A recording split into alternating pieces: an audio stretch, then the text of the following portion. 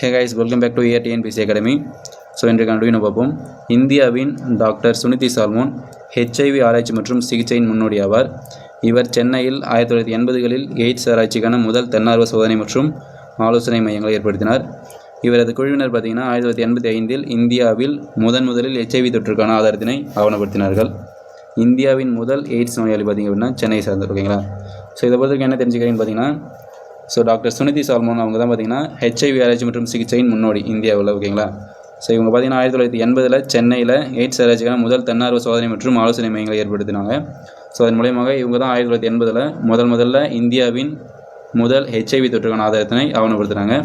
So இந்தியாவின் முதல் AIDS நோயாளி யாருன்னு பார்த்திங்கன்னா சென்னை சேர்ந்தவங்க. ஓகேங்களா?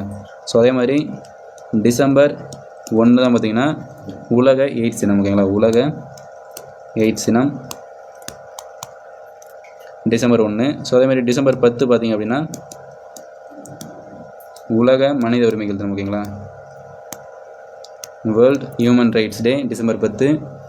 வேர்ல்டு எய்ட்ஸ் டே பார்த்திங்கன்னா டிசம்பர் 1. ஓகேங்களா? So okay, thank you.